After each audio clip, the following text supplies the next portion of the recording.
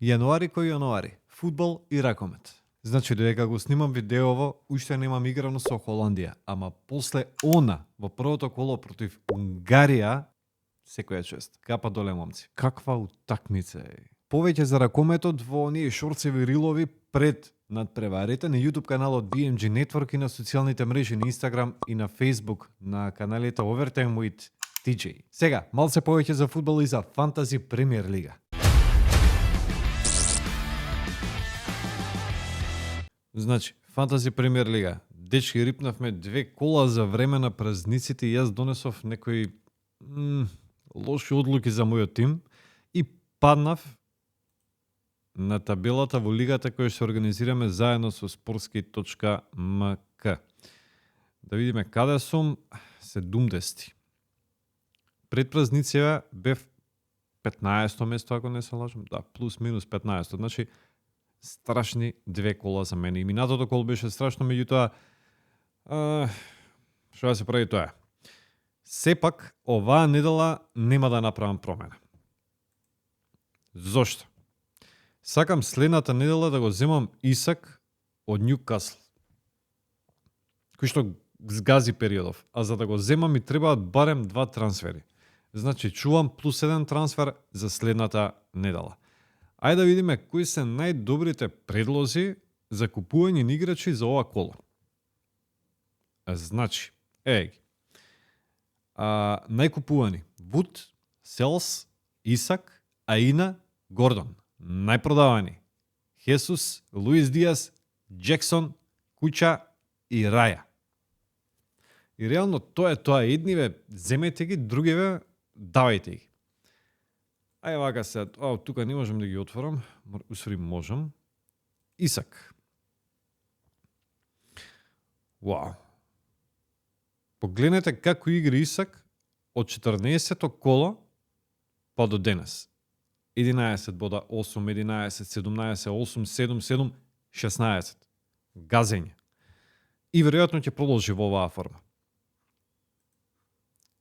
Океј. Аина е најдобриот дефанзивец до сега сезонава на Фантаси. Вуд. Трет најдобар напаѓач,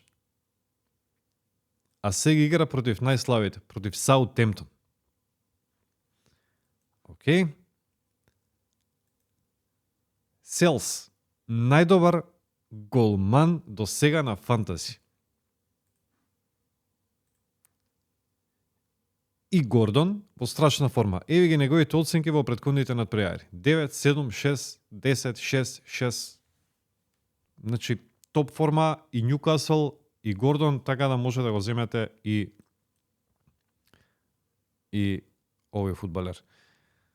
Немам што друго да кажам, се надевам дека јас со тоа што го задржав тимот нема да назадувам дополнително, може и да освојам некој бод повеќе во однос на другите, затоа што имам доста интересен тим и играчи кои што играат против реално послаби екипи, значи можат да донесат бодови. Единствена дилема ми е дали Робинсон да ми игра на местото на некој од овие во одбраната или можеби од средниот ред. Тоа ќе го задржам некаде за преднадпреварите, ќе направам таа замена. Може да го извадам и Луис Диас, кој што игра во реално слаба форма во последните 2 надпревари. Тоа е тоа од Фантази. Ајде да почнеме со Премиер Лига. Дечки, имаме неколку интересни надпревари без некое големо дерби. Ќе задржиме на Арсенал Астон Вила. Табела. Арсенал 2, Астон Вила 7. Уствари, реално Арсенал е единствениот кандидат за титулата во Премиер Лига покрај Ливерпул оваа сезона. Има 4 бода помалку, но и надпревар повеќе. Значи не се во поволна ситуација и секој кикс може да биде присуден. Сега, проблем за Арсенал е формата. Изгубија Ньюкасл во ЕФЛ купот во првиот меч, па испадна од ФА купот од Манчестер Юнајтед. Неделава се вратија на победите, тепаа со Тотенхем 2-1 во лондонското дерби. Ама веќе во среда ги чека меч во Лига на шампиони. Океј, играат со Динамо Загреб и не би требало да имаат проблеми. Ама Лига на шампиони игра и Астон Вила и тоа гостуваат кај Монако. Дечки, важен меч и за двете екипи, ама Арсенал е во предност и ќе ги освои 3 бода.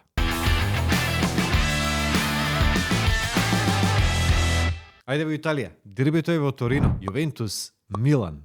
Јувентус е пети и е единствениот тим без пораз сезонава во серија А.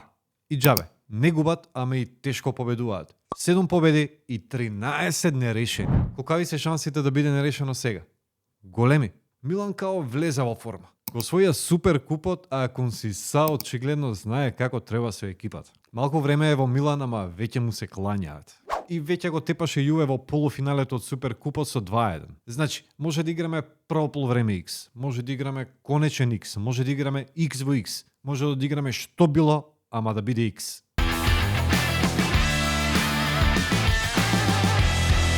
И уште еден меч во серија А. Аталанта-Наполи. Тие се тие екипи.